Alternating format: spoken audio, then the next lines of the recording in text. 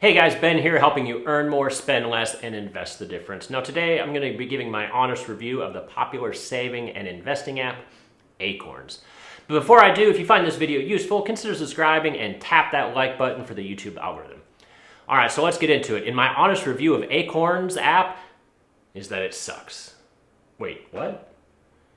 But Ben, I thought YouTubers were always supposed to say how great a product is so they can collect the sponsorship deals and post those affiliate links.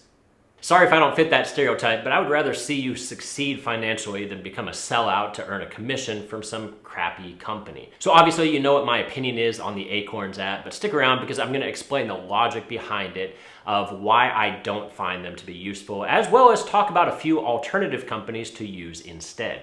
Acorns is a company that aims to make saving and investing easier for the average Joe that doesn't really pay a lot of attention to his finances. The theory here is that some people just aren't good at saving or want to spend a bunch of time learning about investing. And so by making it as easy as possible to start investing, in theory, they can help you achieve financial success because some saving and investing is going to be better than no saving and investing. Now, funding your Acorns account can be done either by transferring some money in or by using their automatic round-up feature on your spending card. If this feature is enabled, then every time you swipe your card, Acorns will automatically round that balance up to the nearest whole dollar and put those few cents into an investment portfolio for you. Now, I generally like these round-up features, but let's be realistic. Based on how many times you typically use your card in a given month, it probably isn't going to fund your investment account very rapidly. Now, that's not necessarily a bad thing. Not everyone can afford to rapidly fund an account. But that brings us to our main problem with Acorns: fees. Previously, Acorns used to charge a flat $1 per month in fees. But those fees recently tripled all the way up to $3 a month or $36 a year. And that's problematic because, like I said, we aren't exactly saving huge sums of money, so to pay these relatively high fees just doesn't make sense. With this roundup feature, sometimes you will only round up by 1 penny, other times by as much as 99 cents. So in theory, on average, you're going to round up to 50 cents per swipe of your card. Now, I don't know about you and your spending habits, but personally, I only use my credit card maybe a dozen times per month, give or take. So if that were the case, then my purchases would be rounded up and on average, $6 would be transferred into my investment account. But then they would turn around and charge me $3 in fees. That's literally half the money being immediately taken in fees. So for relatively small account balances, which most people are probably going to have, these fees are pretty enormous on a percentage basis. As your account balance grows, these flat $3 fees become a little bit more manageable, but some of their competitors like Wealthfront or Betterment only charge 0.25% in fees per year. So you would need an Acorn account balance of over $25,000 to make these fees comparable with what the competitors are charging. Most people aren't going to have anywhere close to a $25,000 Acorns account.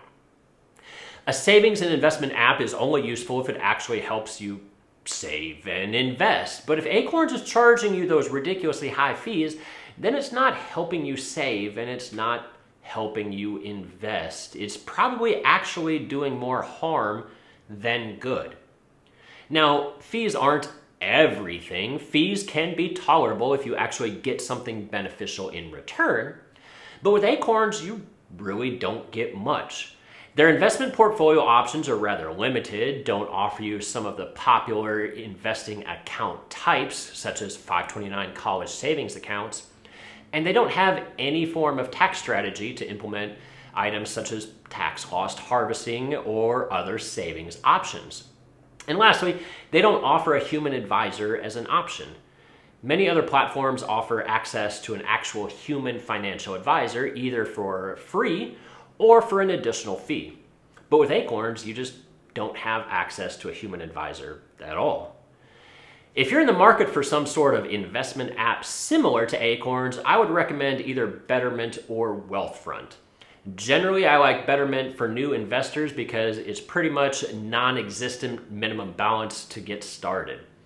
Wealthfront does have a few nice features depending on how large your investment portfolio is, but it does require a bare minimum balance of $500 to get started. So for that reason, you might want to start somewhere else. An alternative to these robo-investor platforms would be something simple like opening an account with M1 Finance. M1 Finance is a regular brokerage account system similar to other places like Robinhood, Charles Schwab, or Vanguard. Now, what I like about M1 Finance as opposed to any of the other platforms is that M1 is the only company, at least that I'm aware of, where you can 100% automate your investing. So you can specify a date and a dollar amount, and M1 will automatically take that money out of your regular bank account and use those funds to automatically purchase whatever stocks or bonds you want. With other platforms, you can usually automate the transfer money side, transferring money into the platform. You can usually automate that, but then you usually need to log in and manually buy whatever products you're investing in. If you're just starting out with your investment journey, you can start by creating an account and paying yourself first.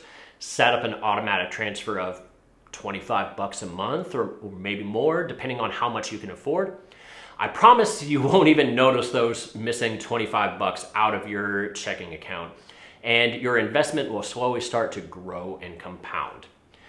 M1 Finance, with that automated investment strategy, allows you to set it up once and completely forget about it. You could come back potentially decades later and your money will continue to grow nicely year after year. Now, there is one nice thing that I like about Acorns, and that's its Acorns Found Money feature. Essentially, you download their custom add-on for the Chrome internet browser, and then whenever you make a purchase online at one of their participating retailers, you get a percentage of that total purchase credited back to you as cash back. So if you're someone that does a lot of online shopping, this can save you a decent amount of money, but these cashback portals aren't anything new. In fact, there are dozens of popular companies that do the exact same thing. Companies like Swagbucks, Ibotta, Be Frugal, Rakuten, formerly known as Ebates. All of these companies have a Chrome browser add-on that does the exact same thing, provide you with cash back for online shopping. Now, the nice thing about Acorns Cashback Portal is that it will automatically take your earnings and start investing it, as opposed to all these other companies. You do have to actually manually transfer your cash back out of your account and into your bank account once you have met the minimum earning requirements. So while it's nice that the money is automatically invested, it's not that big of a deal to simply log in once or twice per year and transfer your cashback rewards out of one of these other companies, especially as opposed to paying those $3 monthly fees to Acorns. Now, personally, I use lolly.com as my cashback portal of choice. Instead of earning straight cash back, I earn the equivalent dollar amount of Bitcoin as rewards. I'm a big Bitcoin maximalist. For example, I use Harry's to order products for all of my shaving needs, and in return, I get a whopping 24% of my total purchase returned to me as Bitcoin rewards. If you're interested, I'll have a link for Lolly down below. To sum it up, about the only thing nice about Acorns is that their cashback portal is directly integrated into their investment platform. But this feature isn't near enough to considering the large number of competing cashback portals on the market. Otherwise, I feel it's just a substandard investment platform that charges some pretty obnoxiously high fees. If you like this video, consider subscribing for more straight talk on all things personal finance related. Give the video a thumbs up for the YouTube algorithm to help those videos help reach a larger audience. And as always, I'll see you all again next time. Thanks.